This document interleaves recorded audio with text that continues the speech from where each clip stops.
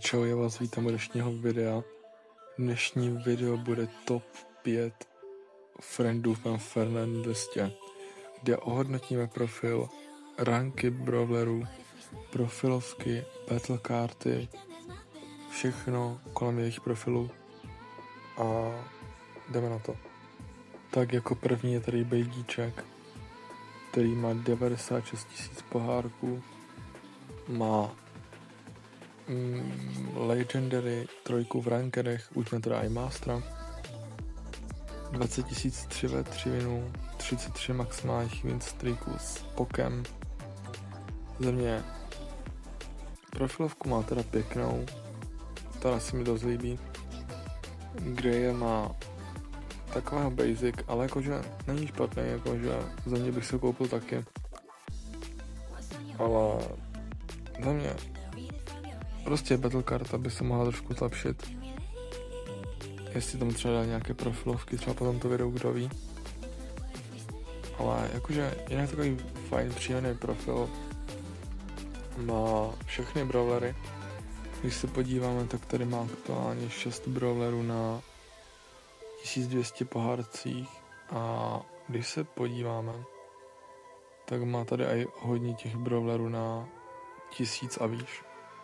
To je za mě fajn. Očividně je pušuje tuto sezónu 100k, takže hodně štěstí.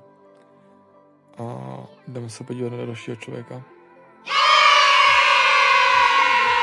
To jako druhý je Axis, který má 92 000 pohárků.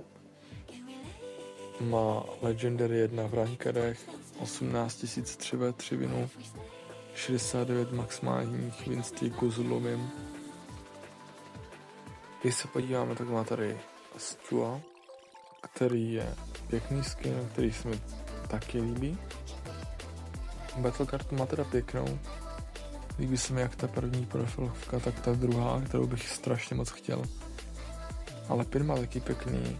Let Me Cook má jako animaci. Hlavní profilovku má teda dost pěknou. A když se teda podíváme na ty jeho brawlery, tak má 1238 Angelo, 1227 Nany, Kitata má a vlastně tady má, když se podíváte, má tady nějakých 6 postav na 1000 a výš. Takže to je taky fajn, příjemný profil. Takže máme tady Baštu jako třetího. Má 90 000 pohárků, už mě teda i 100 000.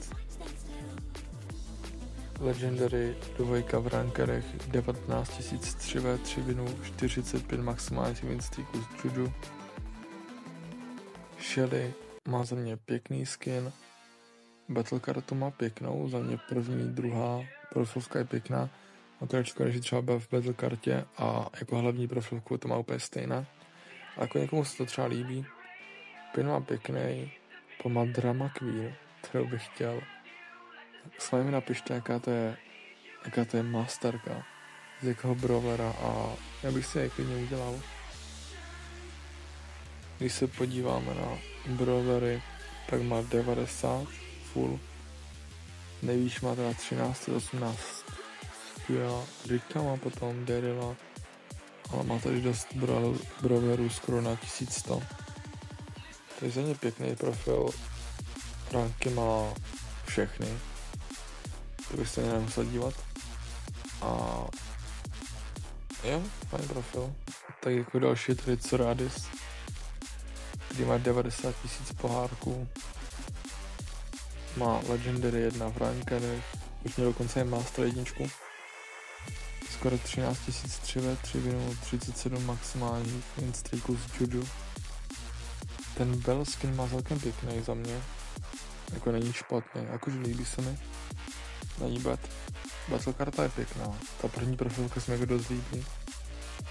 Druhá je taky pěkná, jako ruka je tež. Jakože i barevně ta battle karta teda sedí. Pak mám Bloodthirsty jako animaci. Hlavní profilovku má teda pěknou. Což je fajn. A když se podívám na brawlery, tak mám Byrona 1201, mám Max, nejdál jinak má tady jako 1000 taky plus, ale jakože, když se podívám na nejvíc, tak je Max a Byron. To je za mě další top friend. Tak jako další je tady Frankie, který má 90 000 pohárků.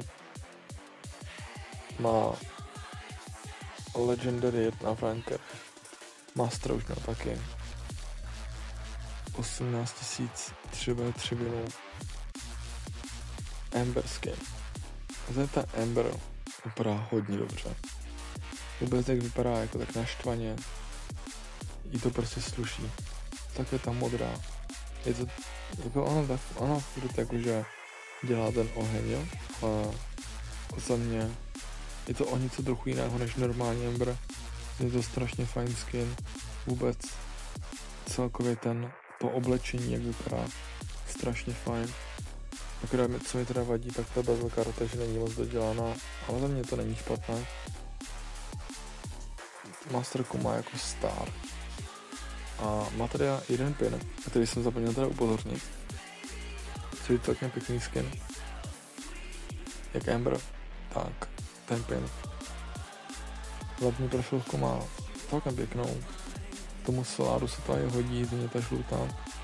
Takže not bad. Když se podíváme teda na brawlery, tak má Nany 1108, pak má RTho 1100, Stu tady má jakože celkem dost těch brawlerů tady má na 1000 plus za mě, ale ještě není konec sezóny, takže každý může z mých friendů určitě pušovat. Za mě bych si tipl, že Bejdíček bude mít 100 000 za mě a ostatní tak kolem 95 za mě. Možná víc, možná mě překvapí. Ale samozřejmě děkuju moc za friendy, že mě teda máte. A pro dnešní video tohle bude úplně všechno. Ukázal jsem vám teda top 5 mých friendů ve friendlistě. Doufám, že to hodnocení se vám nějak líbilo, co jste tady dneska byli.